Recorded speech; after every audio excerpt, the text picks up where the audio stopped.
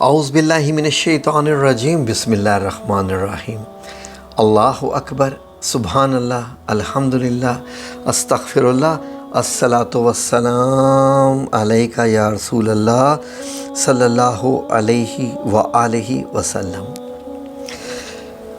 ناظرین، ہم لوگ جو 40-50 سال کی ایج سے گزر رہے ہیں، جب ہمیں کوئی بوڑھا کہہ کے پکارتا ہے تو ہم پریشان ہو جاتے ہیں۔ میں اپنے آپ کو بھی بیچ میں لا رہا ہوں، ہم لوگ پریشان ہو جاتے ہیں۔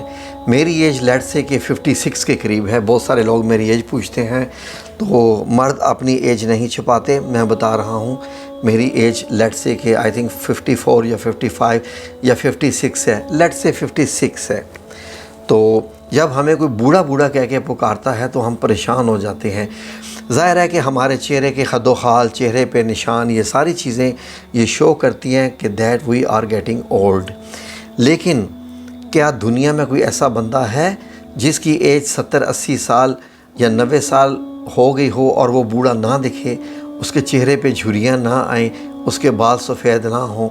ایسا کوئی بھی نہیں ہے۔ تو بات ہو رہی ہے تو پھر جوان کیسے ہوا جائے؟ میں نے جو ویڈیو لگائی جو کہ ماشاءاللہ آپ لوگوں نے بہت پسند کی، وہ یہ تھی کہ سفر جل ایک ایسا پھل ہے، سفر جل ایک ایسا پھل ہے جو کہ اگر آپ اس کا، پاکستان میں تو مربع ملتا ہے، باقی دنیا میں پھل ملتا ہے، وہ کھانے سے آپ کی دل کی صحت 100% ہو جاتی ہے۔ یہ کھانے سے نہ آپ کو کبھی ہارٹ اٹیک ہوگا، نہ انجائنا ہوگا، نہ آپ کا کبھی بائی پاس ہوگا، نہ دل کی بیماریاں لگیں گی، خون آپ کا تازہ رہے گا، معدہ آپ کا ٹھیک رہے گا۔ یہ دو چیزیں ٹھیک تو سب کچھ ٹھیک۔ ان چیزوں کا تعلق جسمانی صحت کے ساتھ ہے، جھریوں کے ساتھ بھی ہے، جھریوں کو بھی کسی حد تک کام کرتا ہے۔ جھریوں کے لیے میں نے ایک علاج بتایا تھا کہ آپ صبح رات کو بھگو دیں، فار ایگزامپل 1 چمچ سونف لے کے رات کو پانی میں بھگو دیں، صبح اٹھ کے نہار منہ پی لیں تو آپ کے چہرے پہ فریشنس آ جائے گی۔ یہ ویسے میں نے آپ کو ایک ٹوٹکا بتا دیا۔ بات ہو رہی ہے بڑھاپے کی۔ بڑھاپا جسمانی جھریوں کا، چہرے کی جھریوں کا، ہاتھوں کی جھریوں کا، جو جھریاں آپ کے ہاتھوں پہ آ جاتی ہیں ان کا نام تو ہے سب کچھ، لیکن بڑھاپا ایک سوچ کا نام بھی ہے۔ بڑھاپا تب آتا ہے جب سوچ آتی ہے۔ سوچ کس قسم کی آتی ہے جو انسان کو بوڑھا کرتی ہے؟ اب سنیے، سورہ المزمل کی آیت نمبر 17 میں اللہ رب العزت نے فرمایا کہ اگر تم بھی ان پیغمبروں کی بات نہ مانو گے تو اس دن سے کیوں کر بچو گے جو بچوں کو بوڑھا کر دے گی، بچوں کو بوڑھا کر دے گی۔ اس آیت سے آپ اخذ کر سکتے ہیں کہ آپ کے اندر کے جو خوف ہوتے ہیں، جو ڈر ہوتے ہیں، جتنا زیادہ خوف اتنا جلدی بڑھاپا، جتنے زیادہ ڈر اتنا جلدی بڑھاپا، جتنی زیادہ بیماریاں اتنا جلدی بڑھاپا، جتنا زیادہ جسم سست اتنی جلدی بڑھاپا، جتنا زیادہ آرام اتنا جلدی بڑھاپا۔ یہ میں نے کیا کہہ دیا کہ جتنا زیادہ آرام اتنا جلدی بڑھاپا؟ آپ کو بھی یہ بات ہضم نہیں ہوئی ہوگی، میں اب آپ کو بتاتا ہوں۔ ناظرین، یہ قیامت کی نشانیوں میں سے بھی ایک ہے کہ جو ہے وہ بچے بوڑھے ہو جائیں گے قیامت کے خوف سے۔ جب قیامت کا لرزہ ہوگا تو ایک نبی کریم صلی اللہ علیہ وآلہ وسلم کی ایک حدیث مبارک بھی ہے کہ جب قیامت میں سب لوگ اٹھائے جائیں گے تو قیامت والے دن کیا ہوگا کہ اللہ رب العزت آپ حضرت آدم علیہ السلام، کیونکہ وہ ہم سب کے باپ ہیں، دادا ہیں، جد امجد ہیں، ہم حضرت آدم علیہ السلام سے ہم کیوں اولاد ہیں تو ہم آدمی کہلاتے ہیں، آدم سے آدمی، یہ ریلیشن ہوتا ہے۔ تو حضرت آدم علیہ السلام اللہ رب العزت فرمائیں گے کہ اے آدم، جہنمیوں اور دوستیوں کو الگ الگ کر دو، حدیث مبارک میں ہے۔ تو حضرت آدم علیہ السلام ظاہر ہے کہ وہ کہیں گے کہ یا اللہ مجھے تو اتنا ہی علم ہے جتنا تو نے سکھایا ہے، اب ان میں سے جہنمیوں اور جنتیوں کو جو ہے وہ علیحدہ میں کیسے کروں؟ یعنی تو اللہ رب العزت فرمائے گا کہ ہر 1000 میں سے 999 کو جہنم کی طرف، جہنمیوں میں کر دو۔ ہر 1000 میں سے 999، یعنی صرف ایک جنت میں جائے گا اور 999 جہنم میں جائیں گے۔ اللہ اکبر!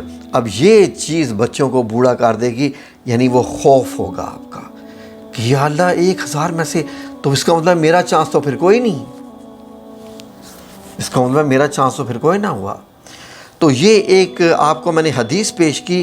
اب بات یہ ہے کہ صحابی رسول صلی اللہ علیہ وآلہ وسلم نے جو یہ تفسیر بتائی ہے اس کی، جو اس آیت کا جو آیت کہہ رہا ہوں، جو حدیث مبارک بتائی ہے کہ 999 جہنم میں جائیں گے، اس کی وجہ صرف خوف ہی ہے۔ ہمارے دلوں میں آج کل کیا ہے ناظرین؟ ہمارے دلوں میں ہے کہ ہم کھائیں گے کہاں سے، پئیں گے کہاں سے، مہنگائی بڑھتی جا رہی ہے، ہوگا کیا ہوگا؟ ناظرین، ہم لوگ بھی بچپن سے ایک چیز سنتے آ رہے ہیں۔ وہ ایک چیز کیا سنتے آ رہے ہیں؟ مرد حضرات بھی یہ جانتے ہوں گے، خواتین نے بھی یہ سنی ہوگی کہ مرد کبھی بوڑھا نہیں ہوتا، بلکہ ایک اور بھی ہے کہ مرد اور گھوڑا کبھی بوڑھے نہیں ہوتے۔ یہ ہزاروں، مطلب یہ ہے کہ بزرگوں کا ہزاروں سالوں سے کول چلا آ رہا ہے بزرگوں کا۔ تو اس کا مطلب یہ ہے ناظرین کہ ہر بوڑھے انسان کے اندر ایک بچہ چھپا ہوتا ہے۔ کبھی آپ نے دیکھا ہے کہ جب بزرگ آپس میں بات کریں نا، اگر آپ جب بزرگ بچوں کے ساتھ کھیل رہے ہو تو وہ بچے بن جاتے ہیں، اور اس وقت وہ اپنی زندگی کی سب سے خوشی کا وقت گزار رہے ہوتے ہیں جب وہ بچوں کے ساتھ بچے بنے ہوتے ہیں۔ میرے اندر بھی ایک بچہ چھپا ہوا ہے۔ میں بھی کبھی ہو سکتا ہے کچھ ایسے وقت آئے کہ وہ بچہ باہر نکل آئے، یعنی وہ بچہ ایکٹیو ہو جائے، تو میں یہ بھول جاؤں گا کہ میری ایج کتنی ہے۔ ہو سکتا ہے میں بھی بچوں کی والی حرکتیں کرنا شروع کر دوں۔ یہ بچوں کے اندر ہوتا ہے۔ اب یہ دیکھیے، پاکستان جیسے ملک میں جہاں آزادی نام کی ہے، پاکستان میں ہم جس معاشرے میں رہتے ہیں، اس معاشرے میں انسان ایسا ہے کہ ابھی بچہ ہی ہوتا ہے، بزرگ یا ابھی جوان بھی نہیں ہوتا، تو اس کے کانوں میں جو ہے وہ اس کی ذمہ داریوں کا اتنا زیادہ بوجھ ڈالا جاتا ہے، اتنی زیادہ ذمہ داریوں کا بوجھ ڈالا جاتا ہے کہ وہ اسی وقت سے سوچ میں پڑ جاتا ہے، اچھا گھر کا خرچہ کمانا پڑے گا، بہت کام کرنا پڑے گا، بیوی بچوں کو کھلانا پڑے گا، اچھا اب وہ جناب اسی سوچ میں ہی وہ میچیور ہو جاتا ہے، وہ سوچ اس کو میچور کر جاتی ہے، وہ اسی غم میں لگ جاتا ہے۔ لیٹ سے کہ ابھی اس کی ایج 15 سال ہی ہے۔ آزادی جو کہ ایک کریٹیوٹی ہوتی ہے انسان کو، جو کہ پروان چڑھاتی ہے دماغ کو، وہ مطلب کیسے انسان کو ایکٹیو رکھتی ہے ساری عمر۔ کسی نے ایک حکایت ہے، کسی نے ایک چیونٹی سے پوچھا کہ بتاؤ تیری پوری سال کی خوراک کتنی ہے، پورے سال کی خوراک کتنی ہے؟ تو اس چیونٹی نے کہا کہ ایک گندم کا دانہ۔ اس بندے نے کیا کیا کہ اس چیونٹی کو ایک بوتل میں ڈال کے بند کر دیا اور ایک ساتھ ایک دانہ رکھ دیا، یہ لے کھا۔ ایک سال گزرنے کے بعد اس نے جب دیکھا تو صرف آدھا دانہ کھایا ہوا تھا، آدھا نہیں تھا، اور سال گزر چکا تھا۔ پھر اس نے اس چیونٹی سے پوچھا کہ تیری خوراک تو سال بھر ایک پورا گندم کا دانہ تھی، تو نے آدھا بھی نہیں جو ہے وہ زیادہ کھایا، کیا وجہ ہے؟ چیونٹی نے یہ بتایا کہ دیکھ اے انسان، جب میں اللہ کی زمین پہ آزاد پھرتی تھی، مجھے اس بات کا غم نہیں ہوتا تھا کہ میری کل کی خوراک کہاں سے آئے گی، میری پرسوں کی خوراک کہاں سے آئے گی۔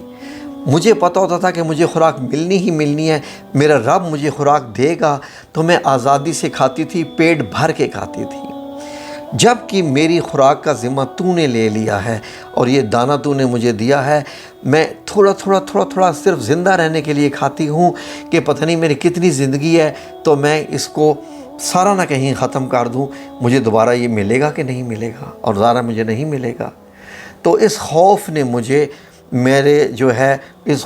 مجھے میری بھوک مار کے رکھ دی ہے کہ مجھے پتہ نہیں کل یہ ملے گا کہ نہیں ملے گا۔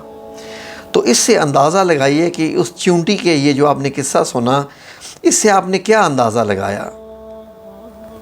پاکستان میں ایک بندے کو، فار ایگزامپل میں ایک گھر کا سربراہ بھی ہوں، ایک مرد بھی ہوں، اور میرے اوپر کیا کیا ڈر ہیں، سب کے اوپر دیکھیں، ذہنی غلامی ہمیں ایک تو بچپن سے ملی، ٹھیک ہے جی، والدین کا احترام سب کچھ اپنی جگہ، والدین ٹھیک کہتے ہیں جو کچھ کہتے ہیں، لیکن مجھے بچپن میں ہی بوڑھا کر دیا گیا کہ جیسے مجھے میری والدہ ہمیشہ کہتی تھی تو یتیم بیٹا ہے، تمہیں پتہ ہے تمہارا باپ فوت ہو چکا ہے. میں جب 6 کلاس میں تھا، تقریباً 10 یا 11 سال کا تھا، تو میرے والد کی ڈیتھ ہو گئی تھی.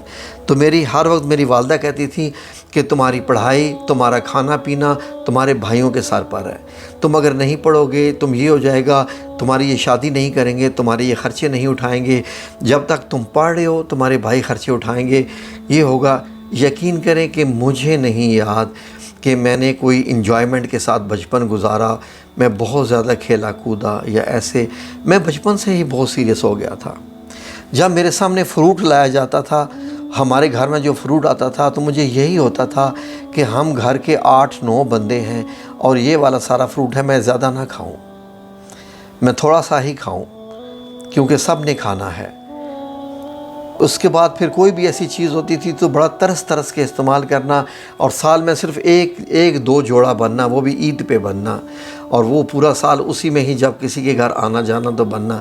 لیکن چلیں خیر، یہ تو ایک فائنینشیل کنڈیشن ہوتی ہے، اللہ کا یہ بھی احسان. اس کے علاوہ یہ دیکھیں نا کہ اب اگر میں اس کی ایک اور ڈیٹیل بتانا شروع کروں تو فار ایگزامپل والدین کی خواہشات بچوں پہ جو ہر وقت حاوی رہتی ہیں. پھر اس کے بعد ہاں جی میری ماں کا یہ خواب ہے، مجھے پورا کرنا ہے. میں کیا چاہتا ہوں وہ مجھے نہیں سوچنا. میری ماں کا یہ خواب ہے، مجھے پورا کرنا ہے. بہن بھائی کی خوشی ہے، مجھے یہ کام کروں گا تو میرے بہن بھائی مجھ سے خوش رہیں گے. بیوی ہے تو ہر وقت اس کو شوہر کی ناراضگی کا ڈر، کب شوہر کا موڈ کیسا ہو، اور پھر وہ یہ نہ ہو کہ شوہر جو ہے وہ کچھ ناراضگی کا اظہار کر دے. اس کے علاوہ پھر آگے شوہر کو بیوی کا ڈر کہ ہاں بھائی یہ نہ ہو کہ میری بیوی جو ہے وہ مجھے یہ کچھ کہہ نہ دے تو کوئی اور نہ ہو جائے. پھر اولاد کی، اب میں باپ ہوں، میری اولاد ہے، میں اولاد سے ڈرتا ہوں. میں سب لوگوں کے سامنے کہہ رہا ہوں کہ میں ان کی ناراضگی سے ڈرتا ہوں. میں انہیں کہوں کہ یہ کام کرنا ہے، اور جب وہ اگر کہہ دیں کہ نہیں ہمارا ابھی موڈ نہیں ہے، میں ان پہ روب نہیں جماتا، کیونکہ یہ 14ویں نسل کے جو ہے 15ویں نسل کے بچے ہیں. یہ باغی ہونے میں ٹائم نہیں لگاتے، یہ منٹ نہیں لگائیں گے اور کہہ دیں گے کہ ہمارے باپ نے تو ہماری زندگی ہی اجیرن کر دی ہے، ہم آزاد نہیں ہیں. اس لیے میں نے اپنی قبر میں جواب دینا ہے، میری اولاد نے اپنی قبر میں جواب دینا ہے، میرے بہن بھائیوں نے اپنی قبر میں جواب دینا ہے. مجھے اپنا آپ سب سے پہلے درست کرنا ہے، اور باقی جو ہے وہ اوروں کو ان کے وہ خود اپنے ذمہ دار ہیں. لیکن بتانا میرا فرض ہے جو میں بتا رہا ہوں. اور یہ تمام گھریلو معاملات سے نکلیں تو اب رشتہ داروں کا ڈر کہ یہ کام کیا تو رشتہ دار کیا کریں گے. رشتہ داروں کے بعد آ جائے جی معاشرے کا ڈر کہ معاشرہ جو ہے ہم نے یہ کر دیا تو معاشرہ کیا کہے گا. الغرض بندہ غلامی کی زنجیروں میں ہی آنکھ کھولتا ہے، اور غلامی کی زنجیروں کی وجہ سے یقین کریں کہ آپ پھل پھول نہیں پاتے، کبھی بھی آپ پھل پھول نہیں سکتے، کیونکہ آپ ہمیشہ پھر ایک چین میں بندھے ہوئے جو ہے وہ زندگی گزارتے ہیں. تو اس لیے کیا ہوتا ہے کہ میرے جیسے بندے بھی اپنی عمر سے پہلے ہی بوڑھے نظر آنا شروع ہو جاتے ہیں. وہ لوگ جو اگنورینٹ ہوتے ہیں، اگنور کرتے ہیں. اب گھر میں بیوی ہوتی ہیں جی، بعض دفعہ تو ایسی بھی، اللہ استغفر اللہ، بہنیں بھی ہو سکتی ہیں، بیوی بھی ہو سکتی ہے، ماں بھی ہو سکتی ہے. کیا ہے جی یہ بات کی نا، تم نے یہ لفظ تھا کا استعمال کیا ہے، تھا کا مطلب ہے کہ یہ ہے، تم نے تھے استعمال کر دیا ہے، تھے کا مطلب یہ ہے، تم نے یہ کہہ رہے کریں گے، اس کا مطلب ہے تم کر نہیں رہے ہو، یہ لفظ یہاں کیا ہے. اور اس کے بعد پھر جناب اس کی وہ کہتے ہیں نا بینڈ بجا کے رکھ دینا جناب. یقین کریں کہ باتوں میں سے ایسے کھینچ کے بات نکالنا اللہ کی قسم ڈپریشن کا باعث بنتا ہے، ڈپریشن کا باعث بنتا ہے. اتنے زیادہ کہ کسی کے اوپر اتنا حاوی ہو جانا کہ کسی کو کریدنا، جیسے CID والے ہوتے ہیں نا، یہ کرنا وہ کرنا. اگنور کریں، معاف کرنا سیکھیں، صبر کرنا سیکھیں. جب تک آپ یہ کام کرتے رہیں گے انشاءاللہ بإذن اللہ تعالی آپ جوان رہیں گے، آپ کا دل بھی جوان رہے گا. یہ چیزیں ساری ہیں، یہ آپ کو ان پہ غور کرنا ہے، تب آپ کی صحت بن پائے گی انشاءاللہ بإذن اللہ تعالی. بہت بڑا موضوع ہے، تو اس لیے اس کو فی الحال یہیں ختم کرتے ہیں، پھر کسی اور ویڈیو میں انشاءاللہ. جزاکم اللہ خیر. اللہ آپ سب لوگوں کا حامی و ناصر ہو. آمین یا رب العالمین برحمتک یا ارحم الراحمین.